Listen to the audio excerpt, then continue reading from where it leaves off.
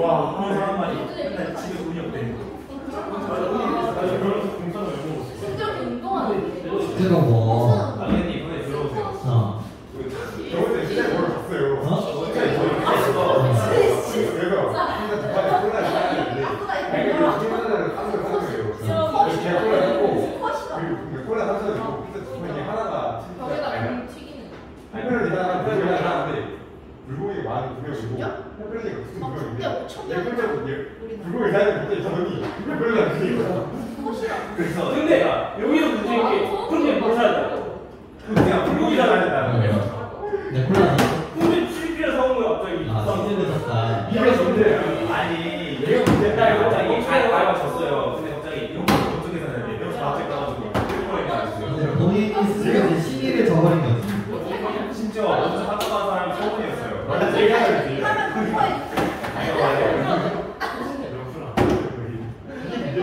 대신 잘 봐와. 그럼 피자 사올게.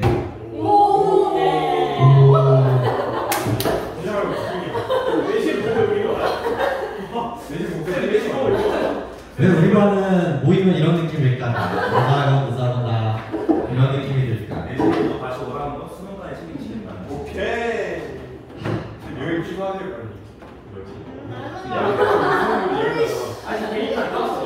맞지? 빨리 취소하세요. 아마 끝나면 수능 완성은 해드릴 겁니다.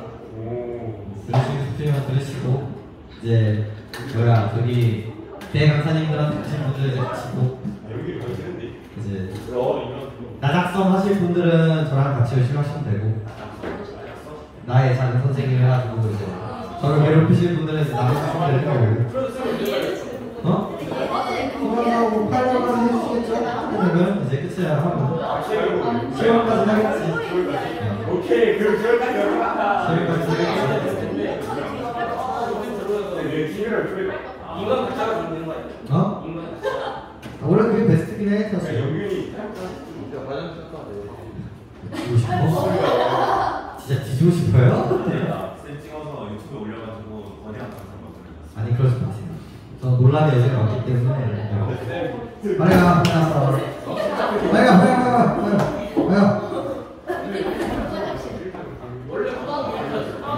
이제 여러분들한테 드릴 자료가 되게 논란의 여지가 많은 자료들이 많기 때문에 나무까지 괜찮아. 내가 더 상관없다.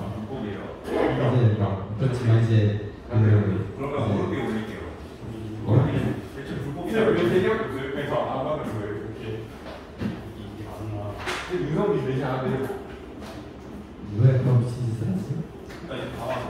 다 와서 왜 그런 미친 짓을 해? 제가 그런 얘기를 해놓은 친구 수능을 잘 본 친구가 진짜 거의 드물어요. 저도 아세요. 한 달이 너무 거의 아깝다. 갔다. 아, 이제 한 달도 아니야. 이게 수능이 사실 근데 어차피 내가 무관하고 똑같이 알아. 그러니까 아예 내려놓으면 안 되고 네가 효율적으로 내신을 준비를 해야 돼. 이것을 써 뭔 학점이야 그치 연대 몇 번 올리고? 연대는 며칠이 없어. 며칠이 없어. 내가 바탕을 내일 말했어. 그렇구나. 나중에 쌓여 학점을 다 무슨 뜻인지 벌써 쌓여 동동들이 하지만 남의 그 사전에 공부 안 해도 괜찮아 하지만 남의 공부 안 해도 사전에 공부 사전에 공부 안 해도 아무나 이거 다리고 봤어 야나 그거 한 달 동안 내신만 했거든.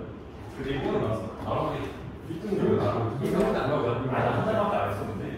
아, 너무 귀찮은데. 먹었어. 잘했네.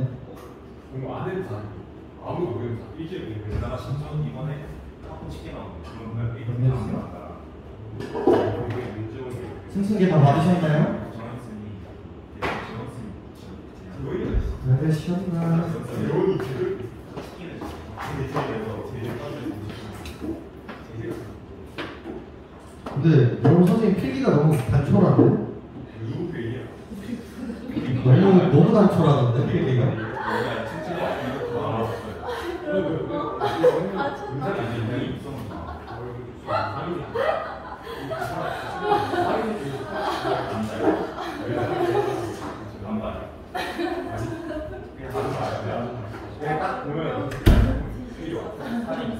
봅시다.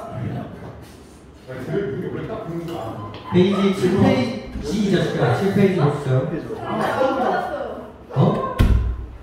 아 참. 저도 못 받았어요. 아이 참. 아 참.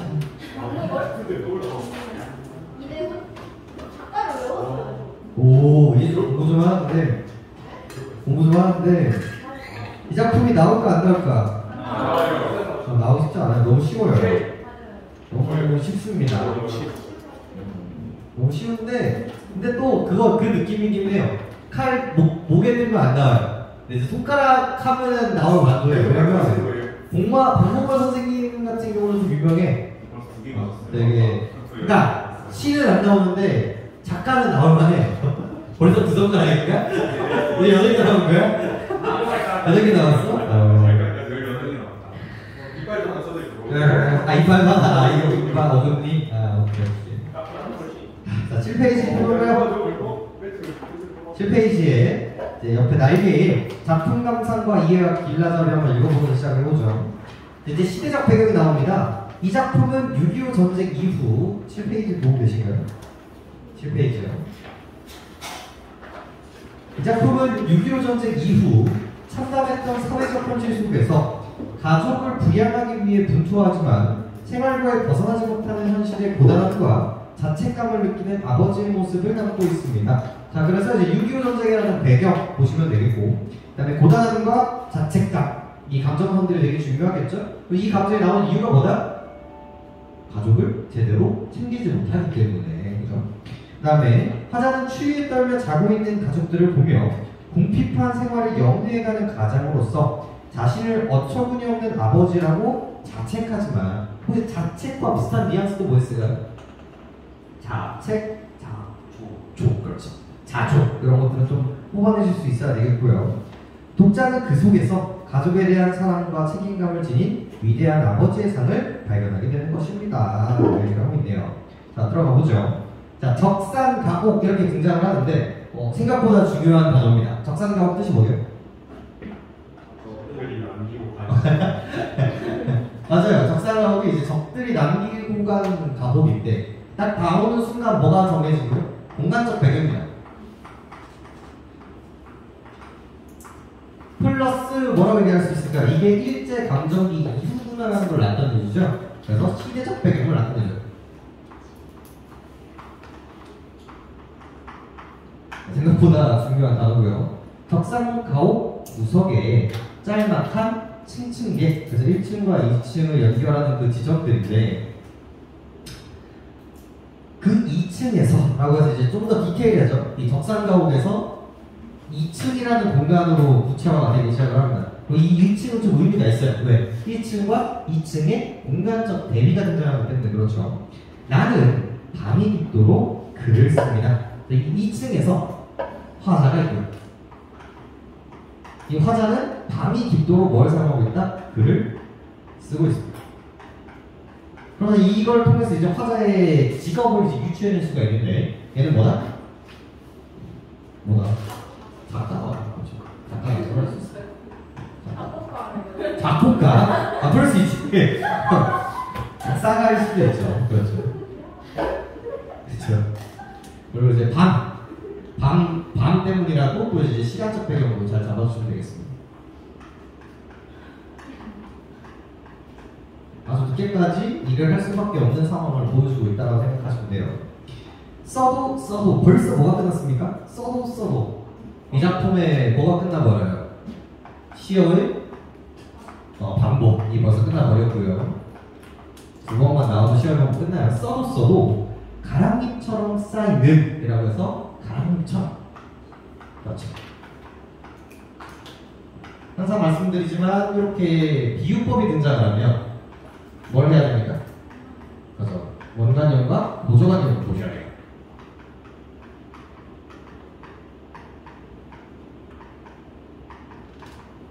이 작품의 원관념은 뭐죠? 이 가랑잎처럼의 원관념은? 그렇죠. 공허감이 있죠. 강령 나왔으니까 별 5개짜리가 되는 겁니다. 이 사람은 그럼 왜 공허함을 느끼고 있는 걸까요? 내가 글을 아무리 써도 그게 뭐처럼 느껴지기 때문에 가랑잎처럼 느껴지기 때문이겠죠? 이쯤에 벌써 느낌이 와야 돼. 일제감정기에 이 작가들이 어떤 감정들을 느끼고 있었을까? 돈 될까 안 될까? 안 돼. 근데 가족들 어떨까? 굶어죽고 있단 말이야. 근데 어떻게 해야 돼? 글을 통해서 내가 쓰고 싶은 글을 써야 돼? 돈 벌 수 있는 글을 써야 돼? 돈 벌 수 있는 글을 쓰단 말이야. 벌써 뭐가 준비되어야 돼, 이 뉘앙스에. 이 작가에 뭐가 기다리고 있어. 이 뒤에 뭐가 기다리고 있는 거야? 어? 어? 너 다 맞는데, 아씨, 이 글 쓰고 싶은데 이 글을 쓸 수밖에 없네? 그렇지. 뭐가 준비되어 있어? 내 첫 발품이 벌써 준비되어 있는 거야. 내 첫 발품. 그리고 작품들의 정형성들이 있죠. 그리고 이제 이 작품의 이제 특징이기도 한데 이 된소리들이 있어요. 여기 있는 여기서 나오는데 어디다 쓰겠습니까? 써도 사인 일부러 이렇게 하는 거거든요. 얘네들 뭐라고 불러? 얘네들 뭐라고 합니까? 된소리라고 부르는 거죠. 이런 것들을 통해서 현실에 힘든 이 각박함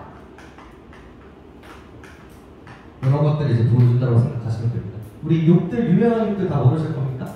된소리, 요상시효로 시작을 하죠. 그런 근데 진짜 그런 별들이 있어요. 그래서 생각 좀 해주시면 될 것 같고 거기서 웃음 좀 이상해. 그죠? 그래서 공허한 별 5개죠. 예술행위가 아닌 돈을 벌기 위한 수단으로 글을 쓰므로써 느끼는 감정입니다. 자, 우리 여기서 이제 맨날 나오는 게 있어요. 뭘까? 지금 하나 더 나와야 되는데 공허감을 가랑님처럼 이렇게 표현을 할 거예요. 여기서 나오는 이야기 있죠. 오, 아씨 많이 똑똑해졌는데 수상적 감정의 대상을 붙임. 여기 등장하죠. 공허함은 눈에 안 보입니다. 근데 그게 이제 나뭇잎처럼 쌓이고 있다고 보이기 때문에 추상을 붙임가 이제 등장을 합니다. 시각적으로 보이게 만들어줬죠. 이것은 내일이면 지배가 된다. 그래서 이제 돈을 벌고 있는 글을 팔아서 돈을 벌고 있죠. 어느 것은 어느 어린 것의 공탁금, 어느 것은 가난한 시향대, 어느 것은 늘 가벼운 나의 용적. 자, 뭐가 나와야 돼? 그래서 이 글이 내가 열심히 쓴 이 글이 해가지고 뭐가 되는 거예요, 전부 다? 돈이 된단 말이에요. 그래서 이 돈을 설명하는 데 있어서 사용한 표현법들이 있죠. 첫 번째? 그렇지, 이거. 두 번째?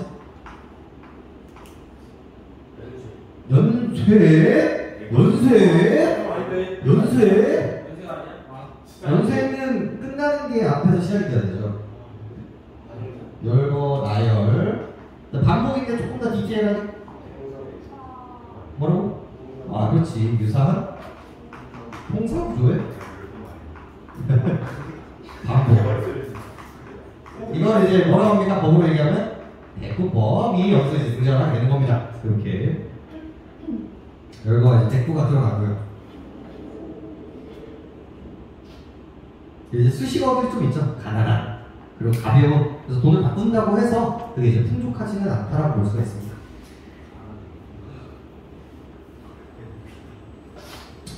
밤 1시 혹은 2시 용변을 하려고 아래층으로 내려가면 이렇게 얘기하죠. 그래서 여기서 이 작품이 이게 정말 중요하거든요. 공간감이.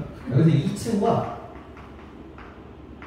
이 아래층 이 공간감의 대비가 엄청나게 중요합니다.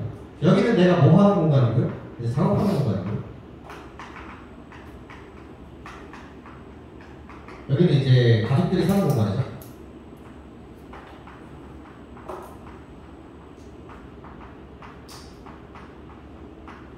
으로써 이제 상상을 하시면 되겠고요. 그 다음에 내려가면 있어요. 내려가면 있죠. 그래서 여기에 이제 이미지가 뭐가 잡히는 거예요? 하강적 이미지가 하강적 신선. 이제 변화로 보여주죠. 하강적 신선. 아래층은 단칸방. 그래서 방도 하나밖에 없는 거예요. 온 가족의 잠은 깊다. 서글픈 것에 저 무심한 평안함이라고 얘기하고 있죠. 그래서 여기 아래에 누가들이 있어요. 가족들이 있는데 이 가족을 바라보고 있는 나의 감정은 뭐예요? 평안함? 서글픔이겠죠. 평안함은 누구의 감정이에요?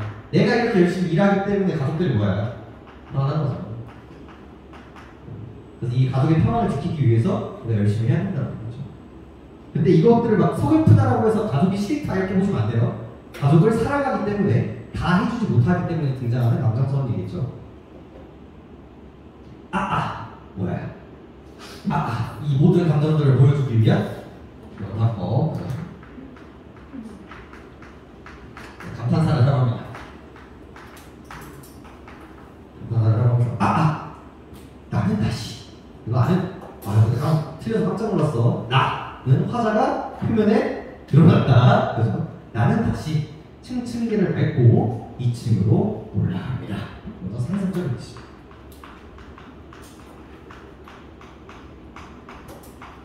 심사위나 의미랑 똑같아요. 그래서 요거를 이렇게 해주는 이유가 뭘까요? 위층에서 내려갔다가 다시 올라가는 이 변주를 통해서 내가 뭐 할 수가 없어. 이상적으로 할 수가 없는 거야. 뭐 때문에? 이 현실 때문에. 그래서 다시 나는 내가 이상적 글을 쓰고 싶음에도 불구하고 이것 때문에 이걸 해야 된다. 라는 뉘앙스를 좀 보여주기 위한 글이거든요.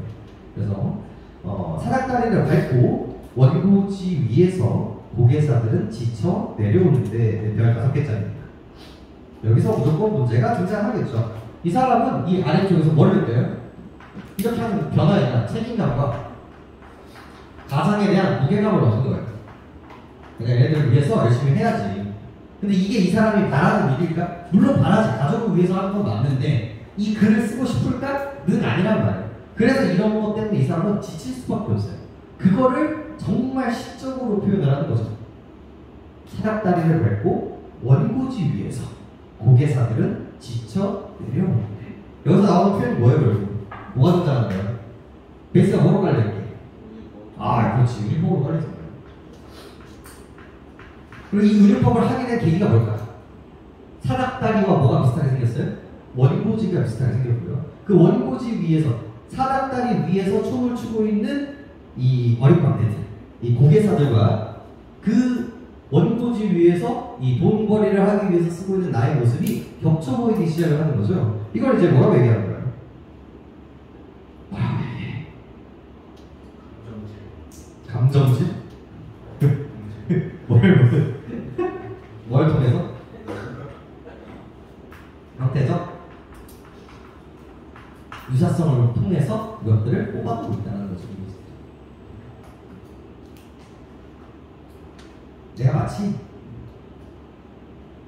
사닥다리 위에서 고개사인 것처럼 원고지 위에서 내가 비슷하게 겹쳐 보이기 시작하는 거죠. 그래서 이 사람은 이제 감정선이 뭐야? 지침이야, 지침.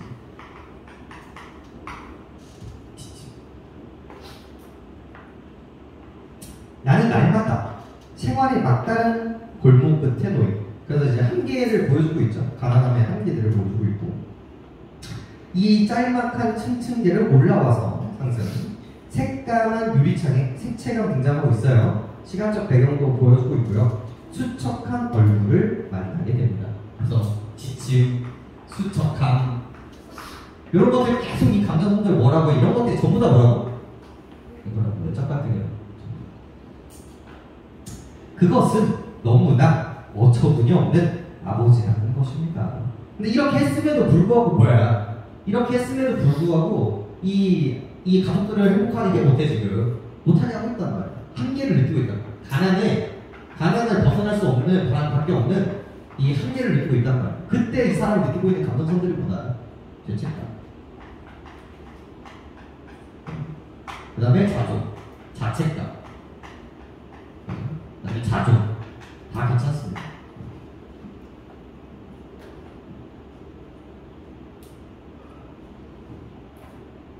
나의 어린 것들은 외동들이 남기고 간 바람이 방에서 적상 나오죠. 날무처럼 직규예요. 날무는 이제 생무. 우리 다 있지 않은 무들 보면 어떤 느낌이에요? 아래쪽이 되게 시퍼렇거든요. 그래서 시퍼렇게 이렇게 오들오들하면서 그래서 포름 쪽쪽.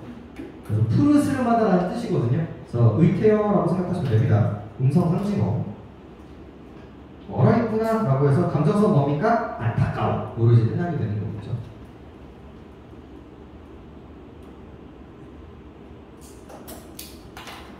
그래서 옆에 있는 화자에 뒷작할 때는 별표 쳐볼까요? 현실과 내면의 갈등 이런 것들을 보고 있고요.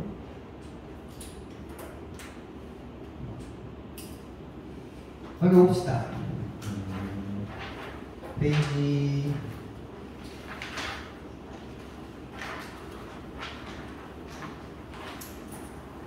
12페이지 한번 쭉 읽어보면서 정리를 해보죠. 11페이지 12페이지 12페이지요?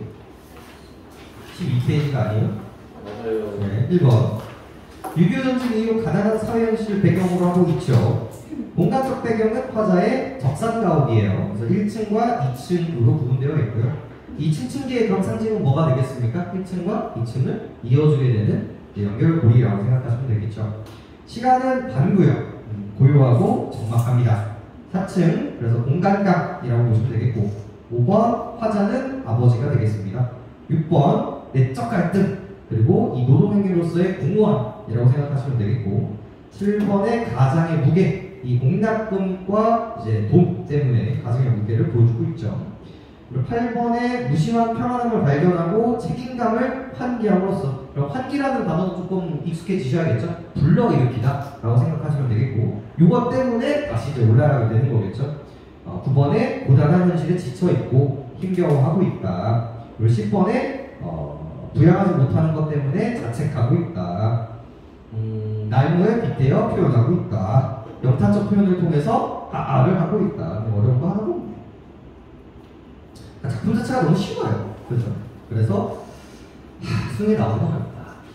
내 신이니까 잘 보실 필요가 있다. 그 다음 동그라미까지 보죠. 13페이지입니다. 그래서 이 두 세트는 결국 부모님에 대한 이야기죠. 한 명은 아버지에 대한 시점으로, 한 명은 이제 어머니를 바라보는 아들의 시점으로 보여준다고 생각하시면 되겠습니다. 이 작품도 수능에 나올까 안 나올까? 네, 안 나옵니다. 네, 나오기가 좀 어려워요. 이것도 쉬워요. 사실 아까 이게 여러분들이 수능에서 무슨 시간이라고 생각하시면 되냐면요. 원래 이제 대대로 좀 숨겨져 있는 내용이 많은 거를 봐야 돼요. 이 감정선들이 좀 숨겨져 있고 그것들이 이제 변화되는 것들을 봐야 되는데 사실상 앞에 있는 작품은 감정 변화 있어 없어? 그냥 없어. 이게 감정 변화 있어 없어? 없어. 숨겨진 게 있어 없어? 그러니까 직접적으로 이렇게 등장하는 시들은 사실 나오기가 되게 어렵습니다. 특히나 소재적으로 이제 너무 명확한 것들은 좀. 그리고 두 번째로 뭐가 좀 중요하냐면 대칭이 좀 많아요. 그러니까 주제의식과 대칭이 좀 이 긍정부정이 많이 연결되어 있어야 되는데 여기는 이제 없죠. 그리고 이제 요즘 최신 트렌드는 그거예요. 시를 어떻게 분석할 것인가의 기점에서, 그러니까 이 작품의 내용과는 상관없이 시를 분석하는 거에 연결해서 이제 문제가 등장하는데 이 작품도 그런 두 작품 모두 다 그런 거에 연관해 있는 작품들은 아니라서 내신만 잘 보시면 될 것 같아요. 13페이지 길라잡이 한번 읽어보면서 시작하죠. 이 작품은 상투적인 주제의 어머니와의 희생과 사랑을, 자, 밑줄이에요. 참신하게 해요, 여러분들. 여러분들 입장에서 참신하지 않을 수 있어도 참신한 거예요. 참신하게 형상화하고 있습니다. 1, 2연에서 이음 받침을 사용하여 말을 하시는 어머니의 사투리를 세심하게 관찰하고 3, 4연에서 그의 이은 모습처럼 어머니의 몸이 둥그랗게 굽어져 한쪽만 뚫린 C자형으로 늙은 것처럼 시상을 이어가고 있습니다. 5, 6년에서는 말의 받침인 이음처럼 자식들을 바쳐주시는 어머니의 삶을 통해 자식들에 대한 어머니의 희생과 사랑을 강조하며 드러내며 시상을 마무리하고 있죠. 합니다. 자, 들어가 보죠. 어머니는 말을 둥글게 하는 버릇이 있다. 화자가 어머니를 보면서 얘가 바로 뭐가 되니까 시적 대상이 되는 거죠. 그래서 여러분들 시가 크게 두 부류라고 생각하시면 돼요. 하나가 나의 감정을 얘기하는 시들이 있고요. 또 하나가 내 감정이긴 한데 대상을 보면서 생각하는 감정들을 보는 거거든요. 그러니까 내면으로 들어가느냐 외면으로 들어가느냐의 방향성인데 여기서는 이제 외면적인 거죠. 어머니를 보면서 자기 내면의 그런 것들을 보게 되는 건데 이 어머니의 그런 이제 뭐가 왜 시적 대상을 얘기하면 이 어머니의 특징이 중요해요. 대상이 가지고 있는 속성과 대상이 이야기하는 이야기가 되게 중요한데 둥글게 하는 버릇이 있대. 둥글게 하는 거 뭘까? 오느냐 가느냐 가느냐라는 말이 어머니의 이름을 거치면 온가 강가가 되고요. 자느냐 사느냐라는 말은 장가 상가가 됩니다. 나무 잎도 그저 푸른 것만은 아니어서 밤나무 잎은 푸르딩딩 해가지고 밭에서 일을 하는 사람을 보면 일한가 댕가 하기에 일하다 댕가는 뭘까요, 어머니? 뭘까? 아, 일하는 사람한테 아이고 뭐라고 해야겠어요, 여러분들? 일하는가 참 아이 대단하다 이러는 거야? 뭔가 아이 대단하다 이래요? 뭐라고 해? 대견하다 좀 비슷해요. 아 생각해봐. 원형을 한번 생각해봐. 되다예요. 되다. 아이고 되다라고 얘기하거든요. 이게 고생스럽다라는 뜻입니다. 그래서 고생하네 약간 이런 느낌인 거거든요. 그래서 되다. 다음에 댕가 하기에 장가 가는가는 장가 단가가 되고 애가 낳는가는 아난가가 된다 라고 얘기하고 있죠. 자 무슨 얘기 할래요? 이 둥글게 하는 버릇을 어떻게 표현하고 있어요? 직접적 예시를 통해서 열고 하고 있죠.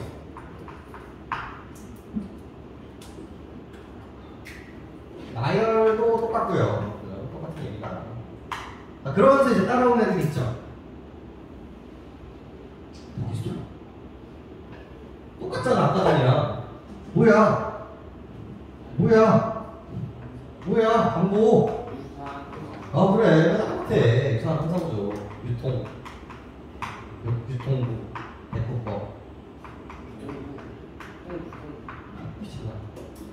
대포법 나오고 시어의 법. 그 다음 두 번째 또 뭐 있어 이제 유통부 뭐 있어?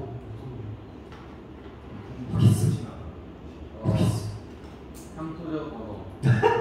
그렇죠. 방언을 사용하고 있습니다. 방언과 사투리를 사용하고 있죠. 이걸 사용함으로써 이제 얻을 수 있는 효과들이 있어요. 아, 그렇죠. 그래서 방언을 사용함으로써 향토성을 주고요. 그리고 친밀함을 줍니다. 또 있을까? 없어요? 또 있을까? 성격 제시는 조금 소설적으로 갑니다. 아 그거 너무 미안하다. 틀린 말은 아닌데 소설적으로 갑니다. 그러니까 어머니 순박함을 드러내고자 틀린 말은 아니에요. 맞는 얘기입니다. 친밀감. 봐봐 눈 앞에서 하는 것처럼 보이잖아. 생동감. 생동감 이런 것들도 이제 보여주고 있고요. 똑같은 말로 현상감 이렇게 나옵니다. 그래서 당연히 이제 반복이니까 운율감 이런 건 안 해도 되겠죠. 운율감.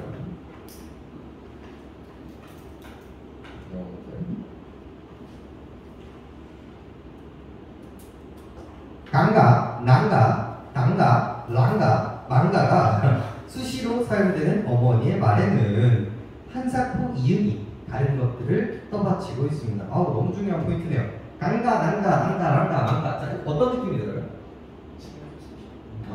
난가, 당가. 그래서 여기서는 뭘 반복하고 있습니까? 이음의 반복을 하고 있죠. 이거 나오면 그냥 당연히 나와야 되는 게 있어요. 얘가 뭐라고 해야 돼요? 이게 뭘까?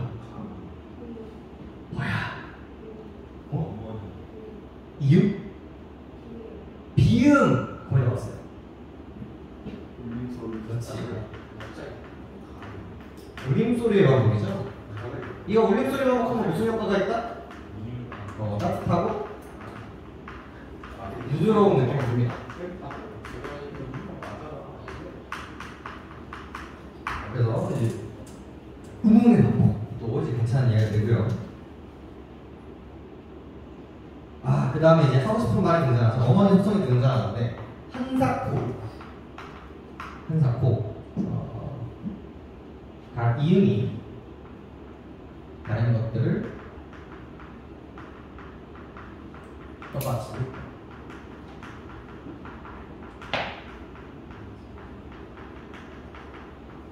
색 바꿀게요. 얘를 뭐라고 부르기 문법적으로 얘를 뭐라고 부릅니까? 양마! 한사코가 어떻게 만나사야 아저씨가 한사코 부사어 부사어를 통해 진짜 미치겠네. 어디서 문법 나한테 했다고 하지 마. 이씨. 구사고를 통해 뭐야? 통해 어머니의 뭘 부각하는 거야? 여기 있는 거, 그렇죠? 태도, 희생을 그렇죠? 면모를 부각한다. 요거가 너무 중요하고요. 그래서 여기 쭉 해가지고 이제 이 어머니의 특징이라고 첫 번째 무슨 태도인 거예요? 희생적 태도. 그리고 우리가 활용할 수 있는 부분이 되는 거죠.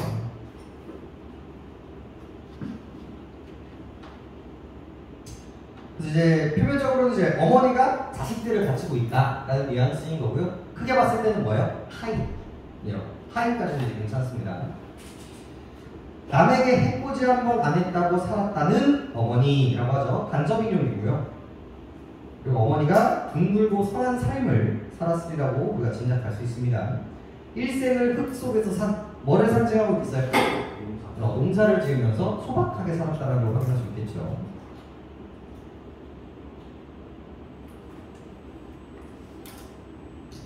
무장, 갈수록 허리가 굽어져 한쪽만 뚫린 동그라미 꼴이 된 몸으로, 그래서 어머니의 몸이 굽혔다는 걸 보여주고 있죠. 그래서 뭐 굳이 했어야 될까?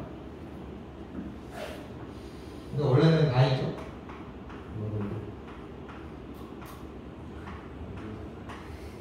아이, 그래서 아이. 근데 이제 늙으면 어떻게 됩니까?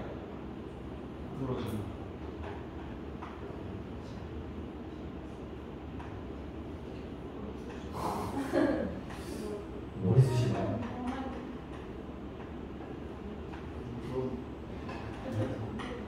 이렇게 C, 그죠? 이렇게 C가 됐다라는 거 보여주시면 되겠고, 어머니는 아직도 당신이 가주신 것을 퍼주게 됩니다. 그래서 무슨 태도도 보여주고 있어요? 희생적 태도, 두 번째 똑같은 말인데 헌식적 태도.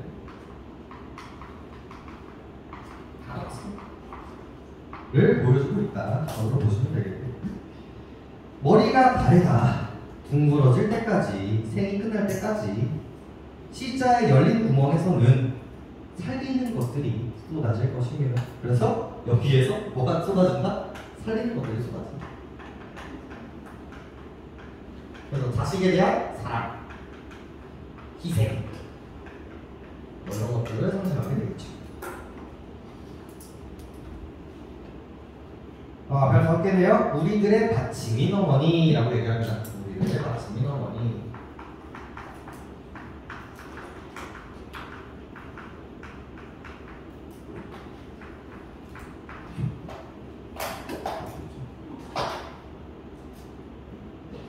근데 여기서는 어떤 느낌이 들어요? 지금 여태까지 썼던 이야기에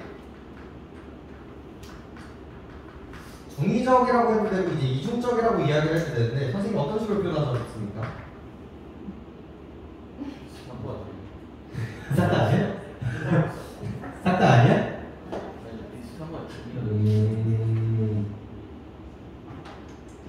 그래서 이 받침이라는 건 결국은 뭡니까? 뭘 의미하고 첫 번째는 글자의 받침, 이걸 얘기하는 거고요. 그리고 두 번째는 뭐에 대한 이야기예요? 희생적 태도. 이렇게 상징성을 가지고 있다고 생각하시면 되겠고, 어머니는 한사코. 그래서 여기 있는 한사코가 2번 나와요. 그래서 부사의 반복, 강조, 그런 것들도 충분히 나올 수 있는 키워드들이고요. 오순도순 살아라 라고 당부를 합니다. 그래서 세 번째 태도, 서로 사이좋게 지내고.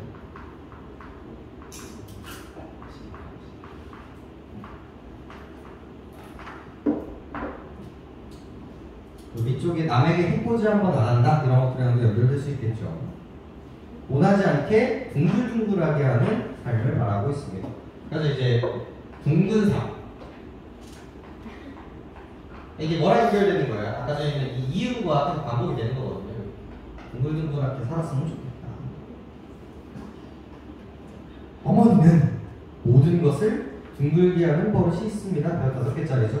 첫 번째 형이 뭐였습니까? 어머니는 말을 둥글게 하는 버릇이 있었다. 그래서 뭐로 바뀌게 됩니까?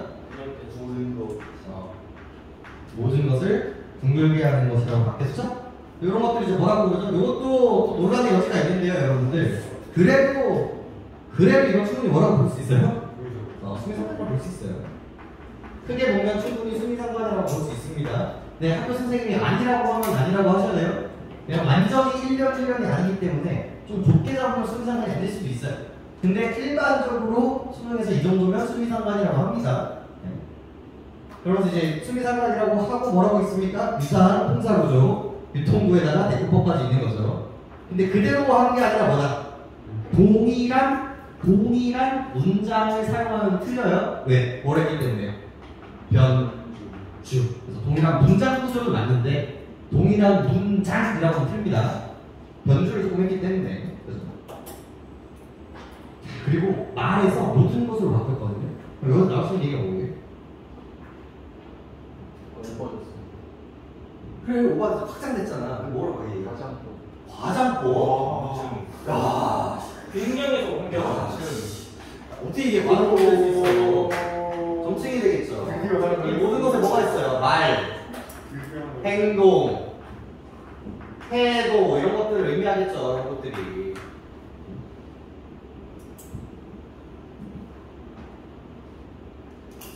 그리고 심지어 누구까지? 우리들의 행동까지. 우리 어머니가 나한테 뭐라고 그러는 거야? 야, 원하지 마라. 좀 국민물명에 살아라. 알겠습니다, 어머니. 나의 태도까지도 뭐야? 바뀌게 하는 힘이 있다는 거죠.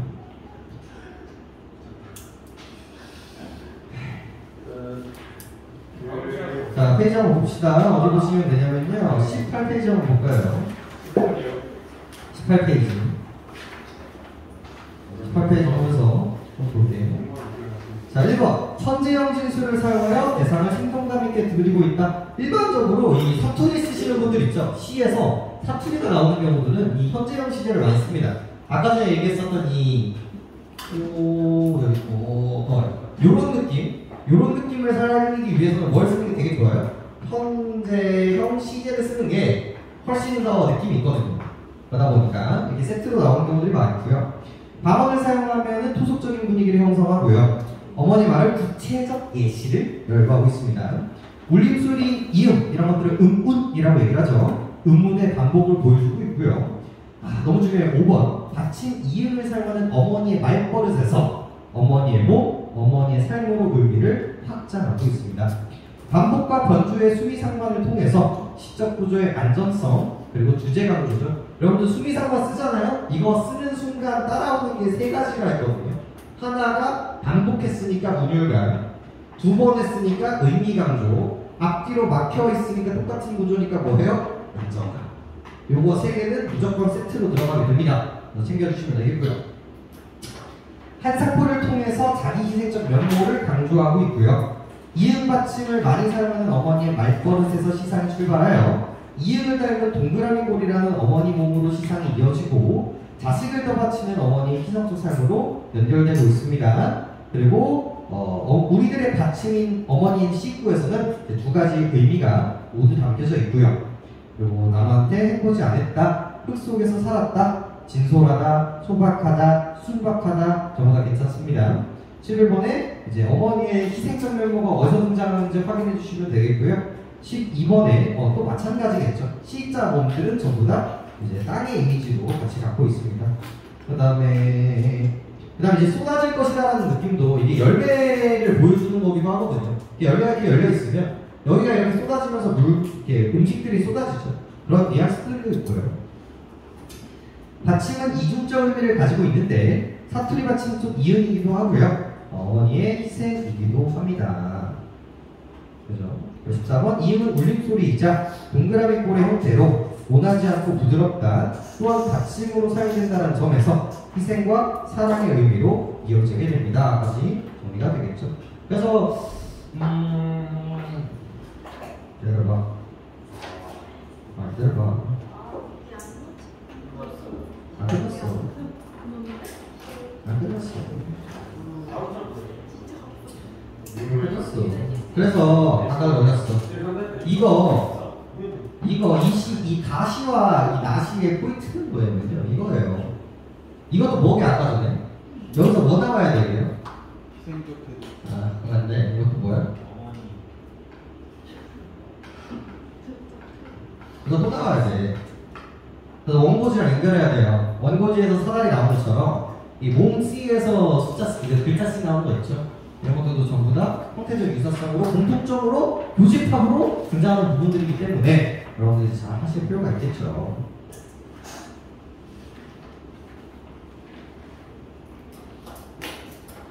아시겠습니까?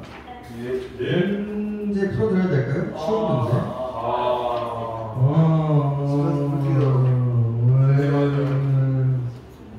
그게 아닐까고 해서 이것까지 봐야 돼. 자, 그래서 연계시까지 보게 됩니다. 아, 연계시 봐야지.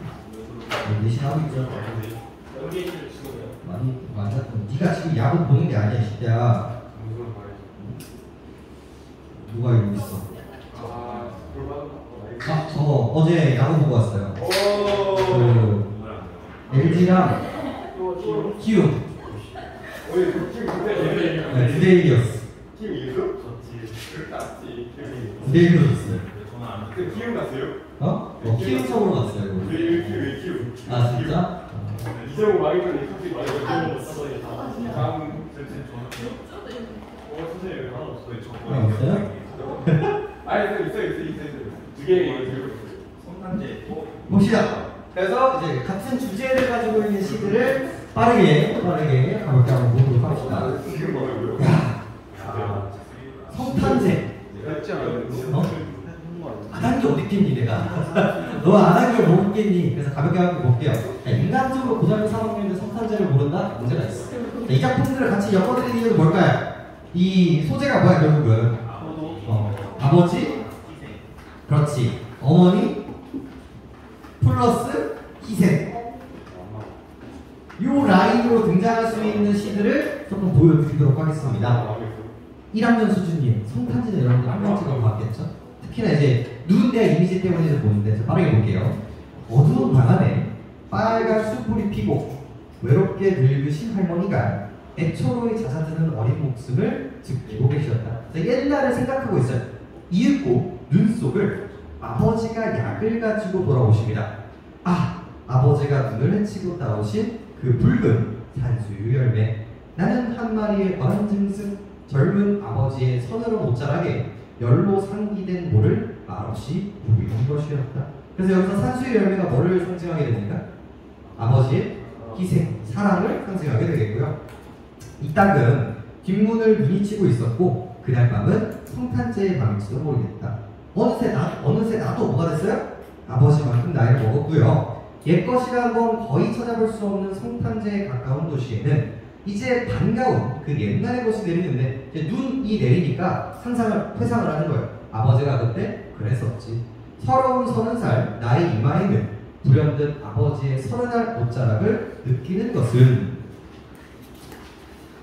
눈 속에서 따오신 산수유 붉은 아랑이 아직도 내 혈액에서 녹아 흐르는 나락일까. 이 작품에서의 주제의식은 뭐가 되겠습니까? 아버지에 대한 그리움, 희생 키워드 잡아주시면 되겠고요. 그다음에 눈이 좀 재밌어요. 앞쪽에 눈은 부정이.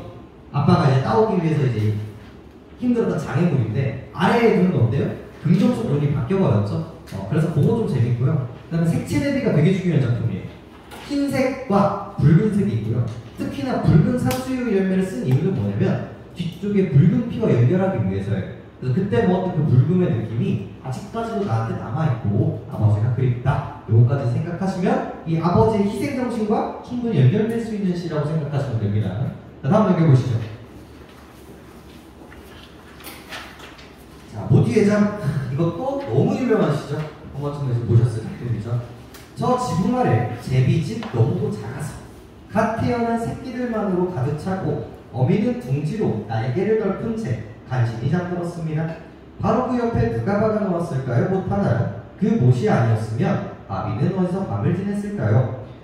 못 위에 밤새 꾸벅거리는 제비를 눈이 뜨겁도록 올려다봅니다. 이 사람 좀 감수성이 풍부하죠? 제비가 한 마리가 사실 혼자 자고 싶을 수도 있잖아. 근데 못 위에서 이제 꾸벅꾸벅 절고 있는 제비를 보면서 뭘 상기하게 되는 겁니까?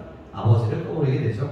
그래서 종암동 버스 정류장 흑바람은 불어오고 한 사내가 아이 셋을 데리고 마중 나온 모습. 수많은 버스를 보내고 나서야 피곤에 지친 한 여자가 내리고 그 창백함 때문에 반쪽난 달빛은 얼마나 창백했던가요. 아이들은 달려가 엄마의 옷자락을 잡고 제자리에 선 채 달빛을 좀 더 바라보던 사내의 그 마음을 오늘 밤은 알 것도 같습니다. 시럽의 호주머니에서 만져지던 때 묻은 호두알은 쉽게 깨어지지 않고 그럴듯한 집 한 채 짓는 대신 봇 하나 위에서 던지는 것으로 살아온 아비. 거리에선 아직도 흙바람이 몰려오나 봐요. 돌아오는 길 희미한 달빛은 그런대로 식구들의 손잡은 그림자를 만들어주기도 했지만 그러기에는 좁았고 한 걸음 늦게 따라오던 아버지의 그림자. 그 꾸벅임을 기억하게 하는 봇 하나 그 위에 참. 그래서 아버지가 어떻게 살고 있어요? 힘겹게 살아가고 있다는 걸 알고 있죠. 그래서 아버지에 대한 연민, 회사에 대한 이야기인 거죠. 조금 뉘앙스는 달라요. 이 작품 같은 경우는 아버지가 제대로 하지 못하는 거에 대한 슬픔인 거죠. 근데 이거는 뭐야? 성인된 내가 아버지를 생각하면서 이제 동정심을 갖게 되는 부분이라고 생각하시면 됩니다. 소재적으로 조금 유사하고요. 그 다음 봅시다. 오히려 이제 두 개가 더 의미가 있겠죠. 별뱅의 아버지 너무 중요하죠. 이것도 어디에서 한번 보신 작품일 거예요. 모의고사에서 나왔던 작품이고요. 어머님, 저의 17살 겨울은 목조 적산 가옥, 여기 또 등장하죠? 일본인들이 남겨놓은 가옥에 2층 다람이 방에 벌보숭이 유리창 깨질 듯 울어대던 외풍 탓으로 한없이 추웠지요. 밤마다 나는 벌벌 떨면서 아버지 가랭이 사이로 식인발을 밀어넣고 그 가슴팍에 벌레처럼 파고들어 얼굴을 묻은 채 겨우 자기를 보냈죠. 그러니까 시점이 언제야 이제. 얘 같은 경우는 아빠가 아들을 보는 거고 이 씨 같은 경우는 아들이 아빠를 생각하는 상황이라고 생각하시면 됩니다. 요즘도 추운 밤이면 이 작품의 포인트는 시간의 흐름이거든요. 과거, 현재 이렇게 되는데 곁에서 잡는 아이들을 이불깃을 덮어주며 늘 그런 추억으로 마음이 아프고 나를 품어주던 그 가슴이 이제는 한 줌 뼈가루로 사가 붉은흙에 자취 없을 뒤섞여 있음을 생각하면 아버지가 돌아가셨죠? 옛날처럼 나는 다시 아버지 곁에 눕고 싶습니다. 그리움이 등장합니다. 그런데 어머님, 오늘은 영화의 한강교를 지나면서 문득 나를 품에 안고 추위를 막아주던 17살 그 겨울밤의 아버지가 이승의 물로 화신해 있음을 보았습니다. 이게 뭔 말이냐면 내가 한강길을 가고 있는데 여기가 꽉꽉 얼어붙어 있는 거예요. 여기. 근데 그 꽉꽉 얼어붙어 있는 그 모습이 아빠가 나를 안아주면서 추위를 막아줬던 내 아빠의 등과 같다라는 생각을 든 거지. 그러면서 생각이 되게 돼서 내개치가 되는 건데 품 안에 부드럽고 여린 물살은 무사히 흘러 바다로 가라고 꽝꽝 얼어붙은 잔등으로 혹한을 막으며 하얗게 얼음으로 엎드려 있던 아버지. 자, 여기서 얼어붙은 잔등은 물론 부정이지. 하지만 우리는 뭐로 해석해야 돼요? 긍정으로 해석하셔야 돼요. 아버지의 뭐야? 희생으로. 그래서 앞에 있는 작품과 연결시켜 주시면 되겠습니다. 그리고 마지막, 사실상 주제적으로는 얘가 제일 중요해요. 이 나머지 두 작품이 지금 이 시와 주제와 거의 유사합니다. 인칭도 거의 똑같아요. 가정 보죠.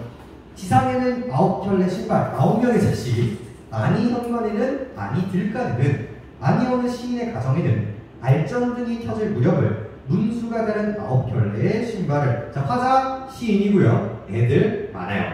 내 신발은 19문만 눈과 얼음의 길을 걸어 그들 옆에 벗으며 윤문삼의 코가 납작한 귀염둥아 귀염둥아 우리 막내둥아 미소하는 내 얼굴을 보아라.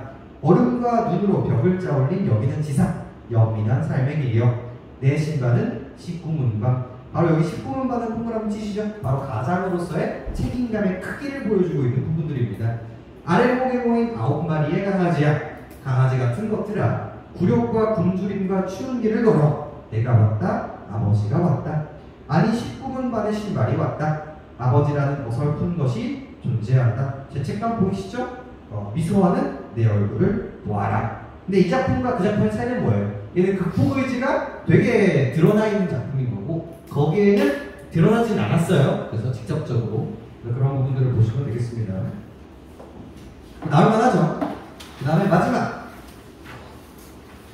만약에 내가 선생님이야. 난 그럼 얘랑 같이 내겠어. 내가 선생님이면 난 얘를 낼 것 같아. 왜냐면 내적 갈등의 선이 완전히 동일하거든. 만약에 나라는 사람을 유심히 들여본다고 하자. 그러면 나는 내가 시와는 반역된 생활을 하고 있다는 것을 알 것이다. 먼 산정에서 서 있는 마음으로 나의 자식과 나의 아내와 그 주위에 놓은 잡스러운 물건을 본다. 이거 완전히 상황 똑같거든요. 아래층에 내려와서 가족들을 보는 거 완전히 동일해요. 그리고 나는 이미 정해진 물체만을 보기로 결심하고 있는데 만약에 또 어느 나의 친구가 와서 나의 꿈을 깨워주고 나의 그릇됨을 꾸짖어 주어도 좋다. 그래서 정해진 물체만을 본다는 건 뭐예요? 내가 일상적 삶, 돈벌이의 삶을 내가 이것만 하겠다라고 생각을 하고 살고 있었는데 내 친구가 와서 야, 너 글 써야지 이렇게 얘기를 해줘도 바라고 있는 거예요. 마음이. 함부로 흘리는 피가 싫어서 낡아 빠진 생활을 하는 것이 아니라 먼지 낀 위에 잡초 위에 잠자는 구름이여 고생도 마음대로 할 수 없는 세상에서는 철늦은 거미같이 존재 없이 살기도 어려운 일. 단 두 칸과 마루 한 칸과 말쑥한 부엌과 애초로운 철을 거느리고 외양만이라도 남과 같이 살아간다는 것이 이다지도 쑥스러울 수 있을까? 시를 배반하고 사는 마음이여 자기의 나체를 더듬어 보고 살펴볼 수 없는 시인처럼 비판한 사람이 어디 있을까? 감정선이 비슷하죠. 거리에 나와서 집을 보고 집에 앉아서 거리를 그리던 어리석음도 이제는 모두 사라졌나 보다. 날아간 제비와 같이. 어제 이상을 꿈꾸지 않죠. 날아간 제비와 같이 자국도 꿈도 없이 어디로인지 알 수 없으나 어디로이든 가야 할 바람의 정신. 나는 지금 산정에 서 있다. 시를 반역한 채로 이 메마른 산정에서 오랫동안 꿈도 없이 바라보아야 할 구름. 이 사람은 구름, 즉 이상적 시를 쓰고 싶거든요. 하지만 나는 반역했죠. 그건. 그러니까 나는 뭐 할 수밖에 없는 거야? 바라만 볼 수밖에 없거든요. 그리고 그 구름의 파수병인 나. 이렇게 하는 건데 이 작품 같은 경우는 그래도 의지가 보여져요. 내가 그래도 걔를 뭐 하겠다? 계속 바라보겠다. 그래도 그럼에도 불구하고 하겠다라는 건데 여러분들이 초점을 하셔야 되는 부분은 어디다? 앞에 있는 이 사람의 감정선. 시를 쓰고 싶지만 이 현실적인 문제들 때문에 쓸 수 없는 그런 얘기들인 거예요. 하지만 훨씬 더 가족에 대한 연민과 그런 것들이 드러나는 부분은 어디다? 전시. 여기도 있기는 하지만 그쪽이 이제 조금 더 잘 드러냈다라고 보시면 됩니다.